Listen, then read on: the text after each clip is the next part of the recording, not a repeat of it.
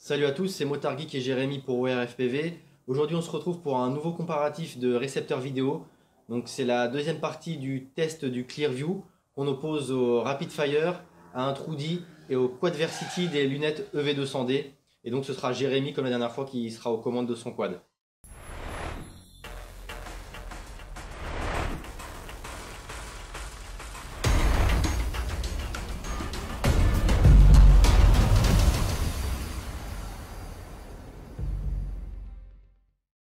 Alors comme Mathieu vous a dit, on se retrouve donc sur le même bandeau que la dernière fois pour le Rapid Fire. On va donc essayer de reprendre les mêmes trajectoires pour comparer à l'ancienne vidéo pour ceux qui souhaitent.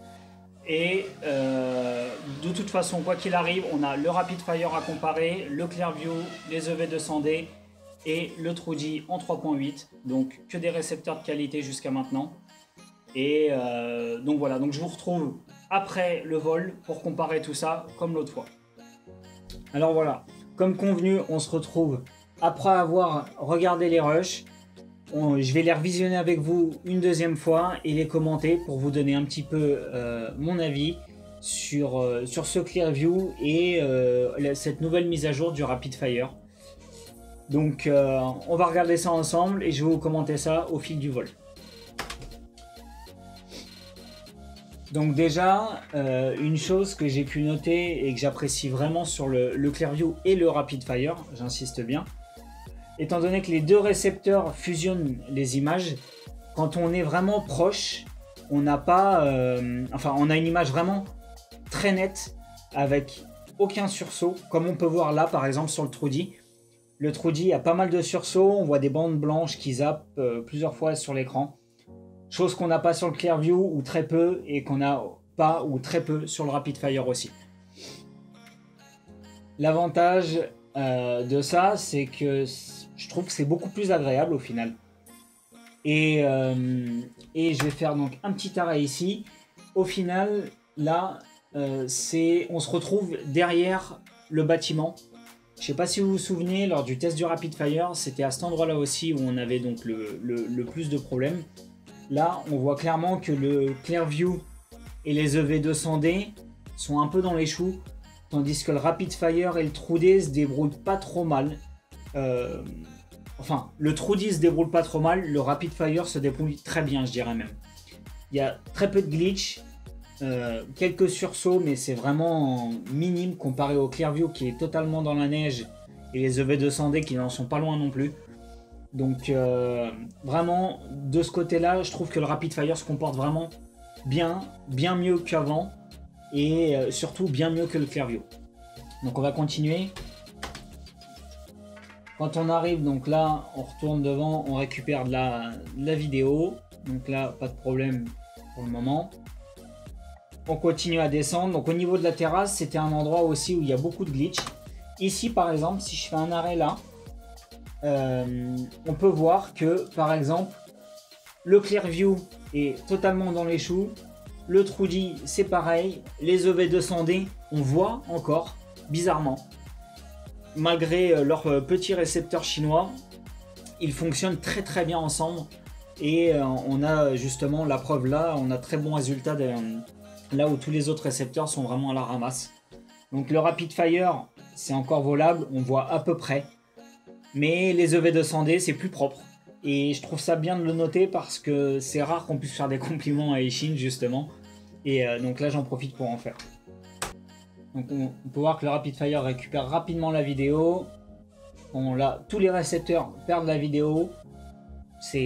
Voilà, au moins il n'y a pas de détails. Tout le monde est pareil, à parts égales.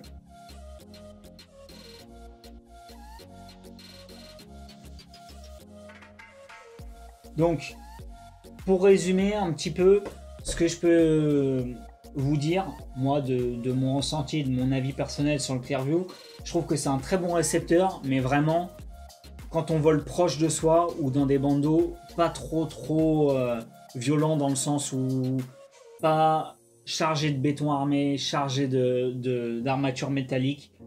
On n'a pas encore testé d'ailleurs sur des endroits où il y avait beaucoup de métal. Là pour le coup ce bandeau on capte vraiment bien, bizarrement, hein, parce qu'en général dans les bandeaux on capte pas, ou très mal du moins. Et donc voilà, le Clearview très très bien dans des endroits petits, proches de soi. Dès qu'on commence à s'éloigner, le gros point noir, c'est vraiment que on a la vidéo, ça commence à glitcher, et à partir du moment où ça commence à glitcher, dès que le signal commence à être mauvais, ça coupe net. Il n'y a pas d'alerte, un petit peu comme je pourrais dire avec le Trudy, où le Trudy va commencer à glitcher de plus en plus, la neige va arriver, et là on va savoir qu'on arrive en limite de portée, et il va falloir faire demi-tour ou monter en altitude pour récupérer le signal. Là, le Clearview coupe directement, chose que faisait le Rapid Fire aussi quand on l'a essayé. Là, avec la nouvelle mise à jour, je trouve qu'il se comporte beaucoup mieux. Et je trouve ça bien.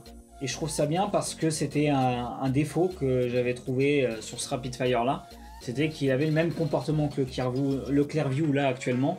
C'est du on-off. C'est-à-dire que soit il capte pas. Là, ça a été corrigé et c'est vraiment bien.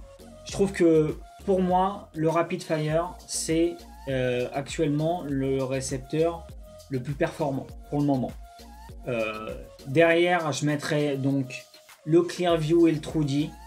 J'aurais même tendance à dire le Trudy devant le Clearview parce que on peut aller plus loin et que malgré les sursauts d'image constants, on arrive quand même à voler et on voit. C'est ce qui est le plus important au final. Et équivalent au Trudy, je dirais même que les EV200D se débrouillent très très bien pour des récepteurs chinois. Surtout quand on voit que par exemple le Clearview coûte aussi cher que les lunettes et ces deux récepteurs. Donc voilà, je vous laisse vous faire votre avis. N'hésitez pas à laisser des commentaires. N'hésitez pas à partager et à liker si la vidéo vous a plu. Et je vous dis à bientôt sur la chaîne. C'était QNK pour WeAreFPV.